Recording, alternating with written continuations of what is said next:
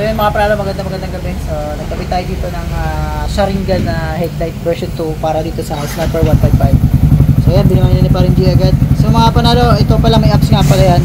So naka-download na rin. At eto, i-connect natin yung ilaw na yan, babaguhin natin. So connecting siya, hintayin natin. So naka-bluetooth ano nga pala siya, headlight ano. So pwede natin baguhin, example, yan blue, gawin natin siyang green. Ayan o, nabago na rin mga boss oh.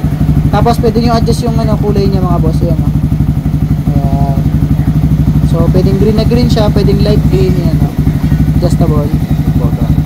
Tapos pwede natin gawin pink mga panalo. Ayan o. Tayo. So ayan, naging pink na mga boss.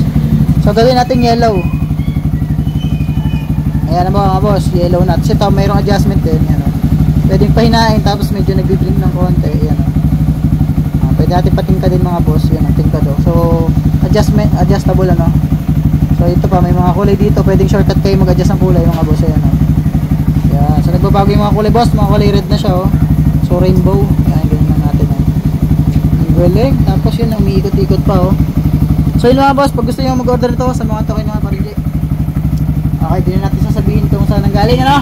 PM nyo kami agad. Alright, yun, success. Na-install natin. Maraming salamat kay parinji sa tiwala. At ito na mga panalo, napakaganda siya. So yung apps nga pala nito, dina-download lang. Adjust natin ulit sa ibang kulay. Ayun, ito yung gusto ko yung kulay niya. So ito nga pala yung ka-turn ng Sharingan, kulay red. Ayun, bangis no. So maganda dito. Try natin yung high beam mga boss. Ayan, may high beam din siya mga boss oh. Solo beam. So ito yung high beam niya mga boss. So maganda pala nakapatay yung high beam niya para mas nakikita niyo yung kulay niya no? Tapos may switch na rin pala yan para iwas tayo sa mga bawal. Magtatanong na naman, may bawal. So ito, pipindutin, patingin nyo dito, mamamatay ito mga boss. Ayan. So dito pakita mo yung ilaw. So nandun yung switch nya, pwede nyo i-off para iwas huli tayo. So para papogi tayo sa daan. Example, mag-street bike tayo, magsama-sama mga tropa sa mga naka-Malaysian. Ayan.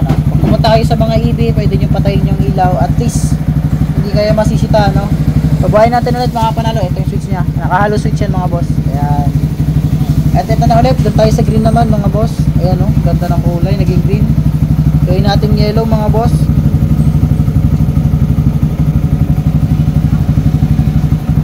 Ayan, naging yellow na mga boss. Gawin naman natin ano, tail blue. Yun o, stick. Diba? So yun na mga boss, maraming salamat.